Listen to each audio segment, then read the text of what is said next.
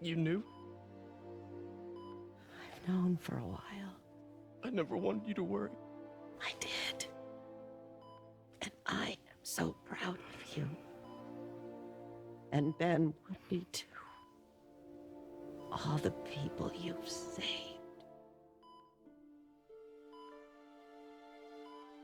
I don't know what to do.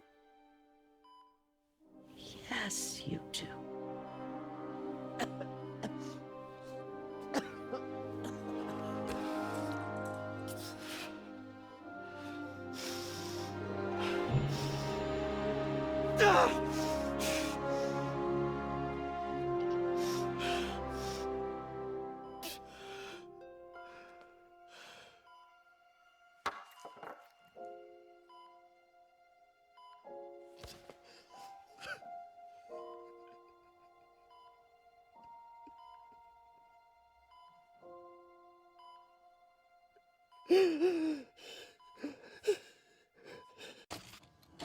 This scene right here is one of the most heartbreaking moments in video game history, where Peter has to choose between saving his last family member alive, his mother figure, and the person he loves the most in this whole world, or New York City, who is slowly dying because of a deadly virus. And like his uncle once said, "Remember, with great power comes great responsibility."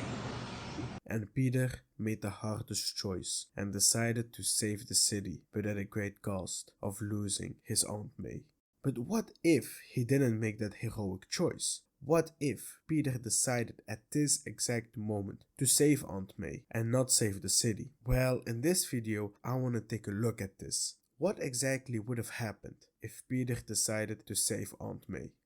But before we go into all of this, I quickly want to say two things. First of all, Happy New Year everyone. I hope you all had a great New Year's Eve. Second thing, big thanks to Coco for giving me this makeover. I now look 10 times better than before and not all pixelated anymore. So if y'all are interested in Coco's work or maybe even want something made for yourself by her, please just give her a follow on TikTok. Her link is down in the description. But now, let's get into the video. So first we need to establish a few things before we can probably calculate the damage that this virus would cause.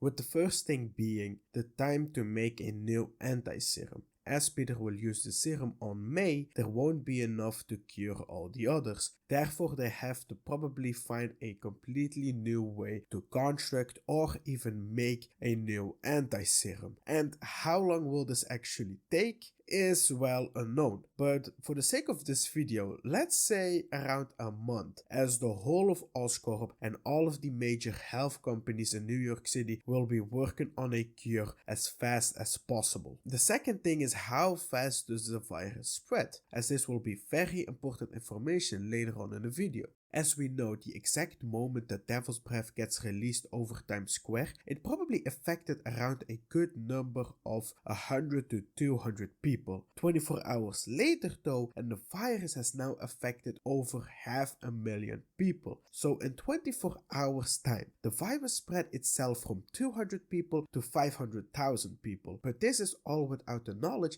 that a deadly virus is on the loose. Now that people know this, they will take action and protect themselves as best as they can. So we can expect a good drop of people getting infected by this virus by the day, but it will still be in the tens of thousands. And the last thing that we need to establish is the amount and what kind of people are living in New York City, as we need to know how many people the virus can actually infect, and we need to know how it could affect them, as an elderly person would die way sooner than a teenager if they both got infected at the same time. So let's see. At this moment, only Manhattan is known to be affected by Devil's Breath, so we only need the numbers there. In Manhattan, there live a total of 1.7 million people. Now to go and look how many of them are children/teenagers, young and actual adults, and of course the last elderly people. So like you can see right here, the population pyramid of 2023 says that there are 1.4 million adults in Manhattan, where from 280k are elderly. So if you do the math, 1.4 million minus 280k equals 1.12 million. So there are in total 1.12 million adults in Manhattan. But now only children are left. So let's do the math again. 1.7 minus 1.4 equals 300k. So now we also know the amount of children. So the conclusion, there are in total 1.7 million people in Manhattan, where from 300k or 17.64% are children / teenagers. 1.12 million or 70.58% are adults, and 280k or 16.47% are elderly people. So Spider Arab here, while editing I saw I made a mistake in my calculations. It should be 65.88% for the adults and not 70.58. So there will be a small 5% difference at the end, but that doesn't really matter, you'll see. I just quickly wanted to correct my mistake, so let's get back into the video. So now that we have these three things established, we can go and take a look into what would have happened if Peter saved May.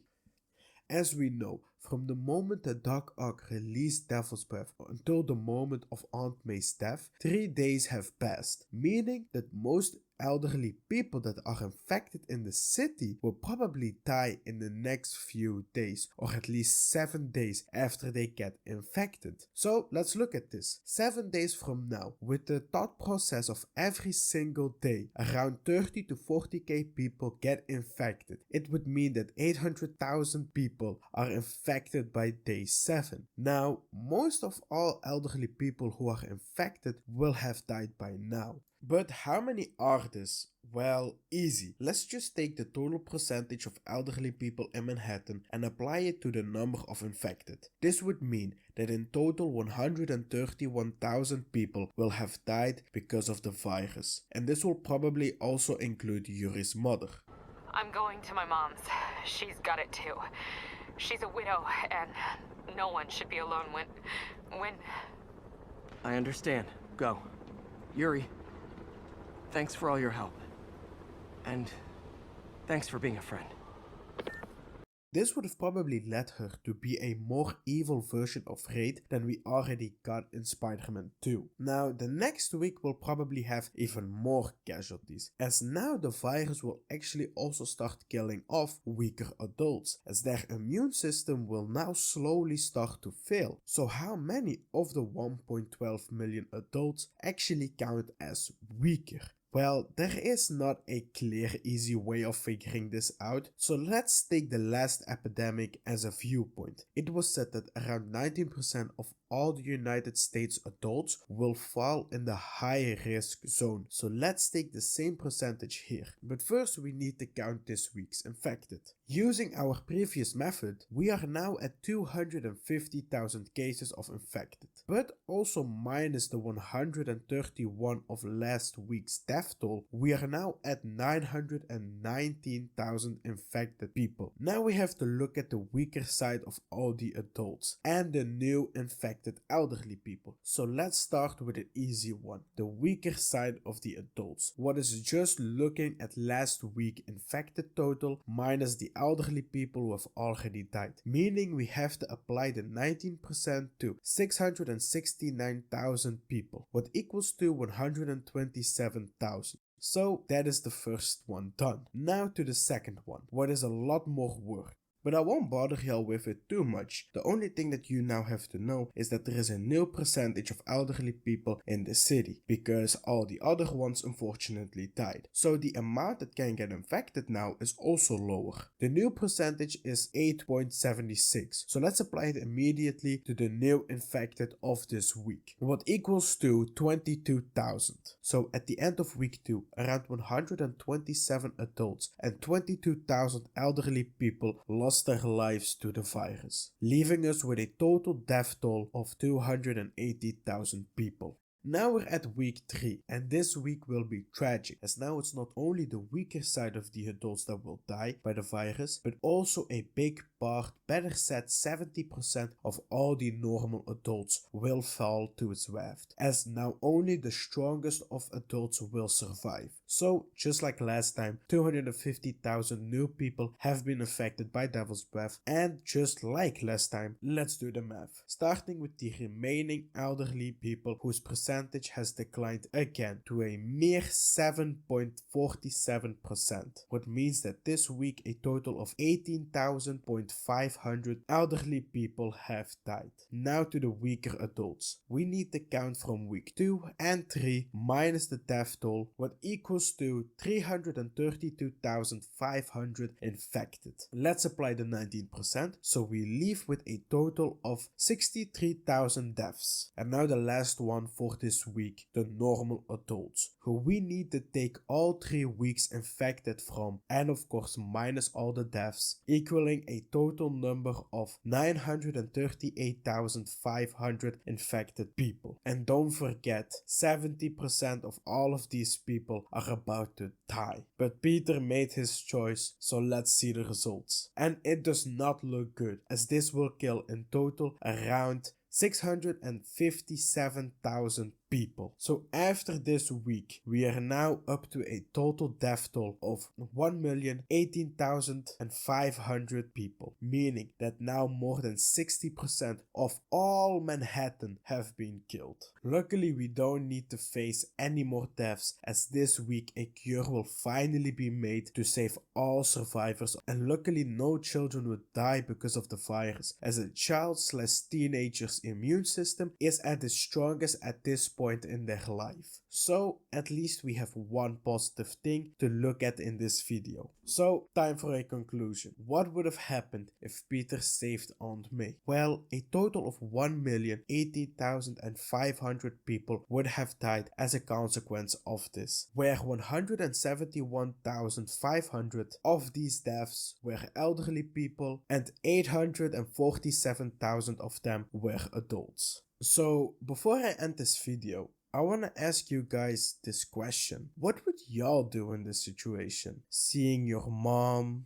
dad, aunt, or grandpa, or whoever you love the most, laying there in front of you, dying, knowing you can save them at any time, but in the process you might kill 1 million people doing so. Would you still do it? And not to be a hypocrite, I will answer first with I genuinely don't know what I would do. A part of me says I would absolutely do it to save the one who I love the most, but at the same time there's a part of me that says no, because I'm killing 1 million people, and that's why I genuinely want to know your thoughts on this. So please let me know in the comments. But for now, let's leave this all behind us. Thank you for watching this video. If you enjoyed, please leave a like and subscribe. I really appreciate it. And I hope I catch you all in the next one. Peace out.